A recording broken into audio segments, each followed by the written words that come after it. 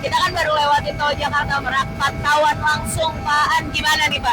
Betul, jadi terlihat dari sini untuk arah Merak ini masih normal. Memang sudah ada peningkatan arus ya, namun masih relatif normal. Kemudian yang dari arah Merak di Jakarta juga demikian, masih normal.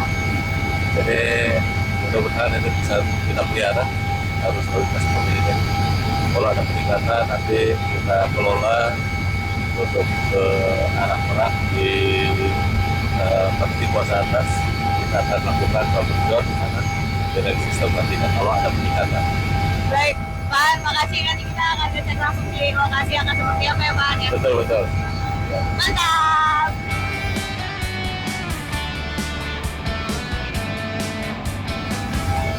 Nah, kalau sekarang saya udah ada di penyeberangan di atas laut, penyeberangan dari arah Merak menuju ke Bakauheni.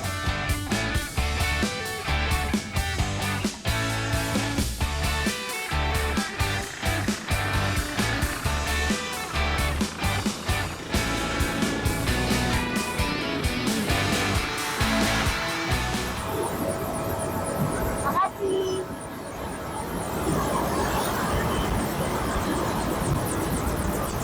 Dadah, wedding.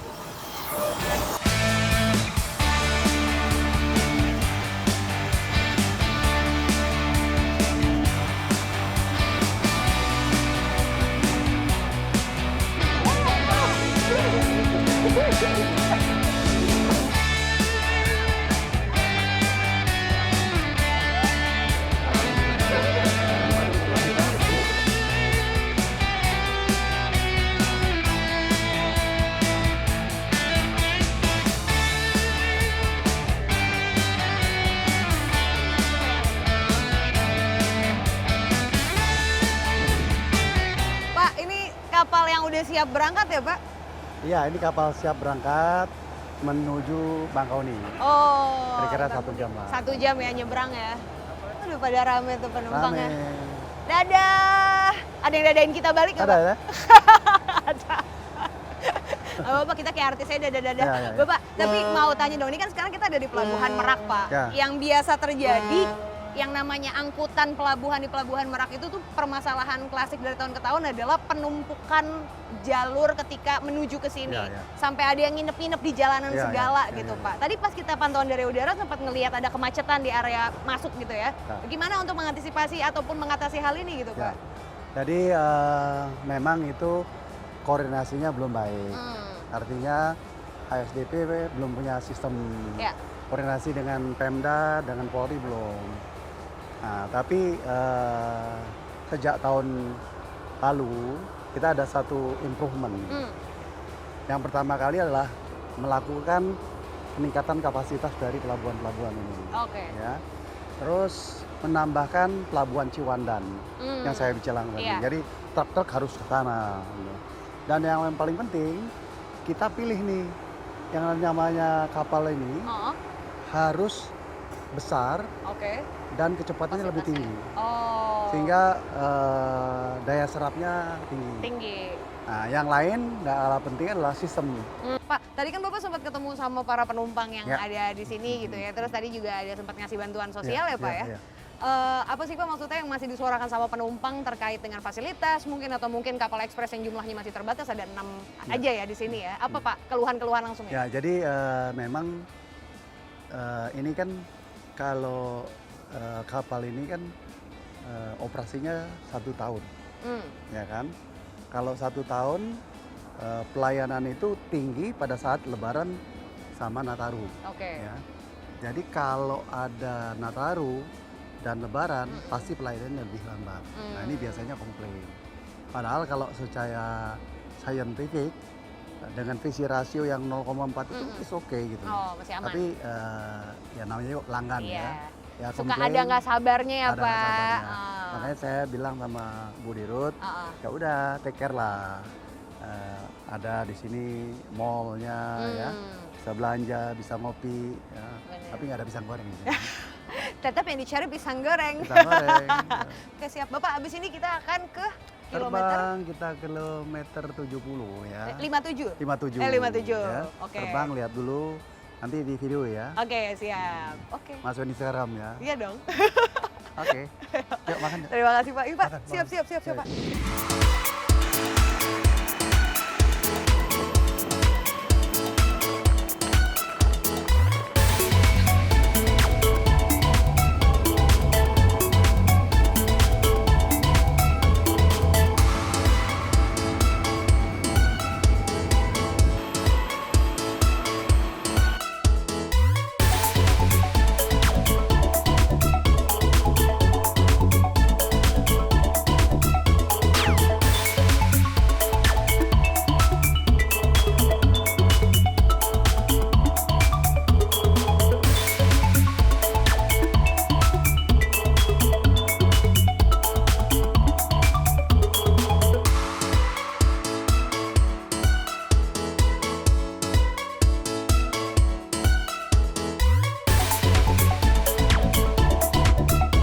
Sedikit komen ya untuk melengkapi ya.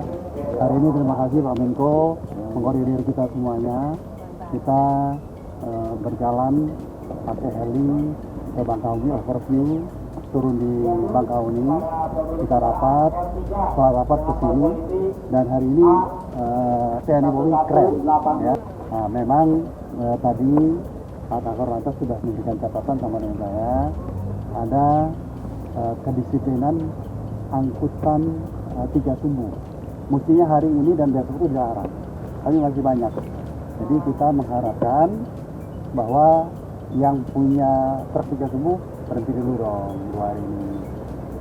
Sama nanti kalau sudah 26, 27 nanti boleh ya. Itu mengakibatkan kemacetan. Pak Menko komentar Pak. Ya, saya pesan kepada mereka yang akan mudik, yang akan melakukan perjalanan panjang, ingat bahwa sekarang ini COVID-19 sedang mengalami kenaikan jumlah yang terdampak atau yang terkena. Karena itu adalah hati-hati, protokol kesehatan tetap dipergunakan, terutama mereka yang belum booster, apalagi yang belum vaksin. Yeay. Saya suka banget punya narasumber yang gini, saya nggak perlu tanya, udah langsung nge-flow sendiri ya Pak ya. Kita tahu diri. Luar biasa lah Bapak-Bapak Menteri kita percayalah. Oke, kita akan melakukan perjalanan kembali lagi ke Halim ya. Ya. Pak Muhadjir dan juga Pak Menhub. Ya, masih. Pak Kakor, let's go.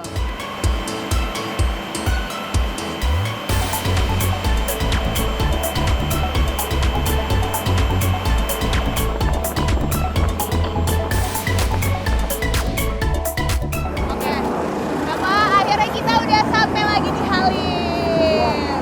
Wah, coy.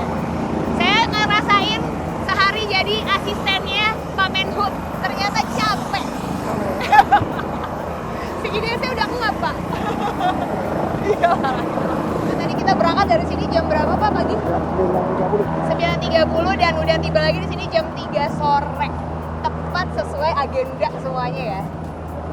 Tapi Terima emang kasih. sama-sama Bapak, tapi aku penasaran sih, mungkin Pak Muhadjir juga bisa jawab Pak, agenda menteri itu emang sepadet ini biasanya? Apa aku yang nggak tahu? Bisa dibilang padat, tapi bisa tidak tergantung Oh, bagaimana gitu. kita menjalaninya, bagaimana kita merasakan. Merasakan ya. Enjoy. Kalau yang jelas, kalau Pak Menhub jauh lebih padat dibanding saya. Oh gitu ya. Pak, ini kan mumpung kita mau menutup point of view episode kali ini, mungkin ada pesan nggak sih untuk para pengendara yang akan melaju nih di Nataru ini supaya bisa berhati-hati? Mungkin dari Pak Muhadjir terlebih dahulu, silakan Pak Muhadjir. Ya, pesan saya kepada keluarga yang akan menikmati libur panjang, nah, ini ada libur sekolah, kemudian libur Natal, libur Tahun Baru, supaya betul-betul disiapkan dengan baik agar hasilnya betul-betul bisa memiliki efek kreatif kepada siapapun, baik keluarganya maupun orang lain. Dan harus diingat bahwa tujuannya ini kan untuk bergembira, jangan sampai di tengah jalan mengalami kesusahan atau mengalami peristiwa yang tidak diharapkan. Karena itu mohon disiapkan dengan baik. Saya menghimbau juga kepada para pengelola jalan raya, mulai dari Korlantas, hingga dinas perhubungan dan juga pemerintah daerah, ini kondisinya relatif baik, nyaman-nyaman saja, tetapi biasanya justru harus diwaspadai. Karena orang itu biasanya kalau sudah terlalu lelap, terlalu berada di dalam zona nyaman, kadang-kadang lengah gitu. Sehingga kejadian-kejadian yang tidak terduga itu justru ketika kita di dalam keadaan tidak siap, karena kita merasa nyaman, merasa aman, dan seterusnya. Mantap, luar biasa. Wah, nah kalau Pak Menhub untuk menutup nih, berarti Ya, sekarang saya terakhir. melengkapi saja, Silakan ya. Pak. Menko sudah menyampaikan, ini dukungan dari TNI Polri luar biasa, dari BUMN juga luar biasa. Sesuai dengan amanah Presiden, supaya kita melayani baik dan kita punya tagline aman nyaman. Safety is number one. Nah, oleh karenanya kita ada yang pakai jalan darat, kereta api, laut, juga yang lain lakukan persiapan dengan baik. Ya. Masing-masing punya hambatan-hambatan. Dengarkan apa yang diberitakan oleh para pengelola. Ya. Nah, satu hal yang saya berulang mengatakan, monggo jangan naik motor bahaya. Ya, sekali lagi terima kasih Pak Menko, terima kasih Polri dan juga BUMN. Terima kasih Pak. Kalau kata Tulus apa Pak? Hati-hati di jalan. Hati-hati di jalan. Semoga tayangan kali ini bisa menjadi preferensi Anda untuk mengambil alternatif mau naik kendaraan umum atau pakai kendaraan pribadi lewat jalur-jalur yang sudah ditentukan dan tentunya tetap hati-hati di jalan. Terima kasih Pak Menhub, terima kasih Pak Muhajir, terima kasih Bapak-Bapak dari Kepolisian dan juga dari BUMN. Saya Aziza Hanum, sampai ketemu lagi di Point of View selanjutnya. Selamat tahun baru!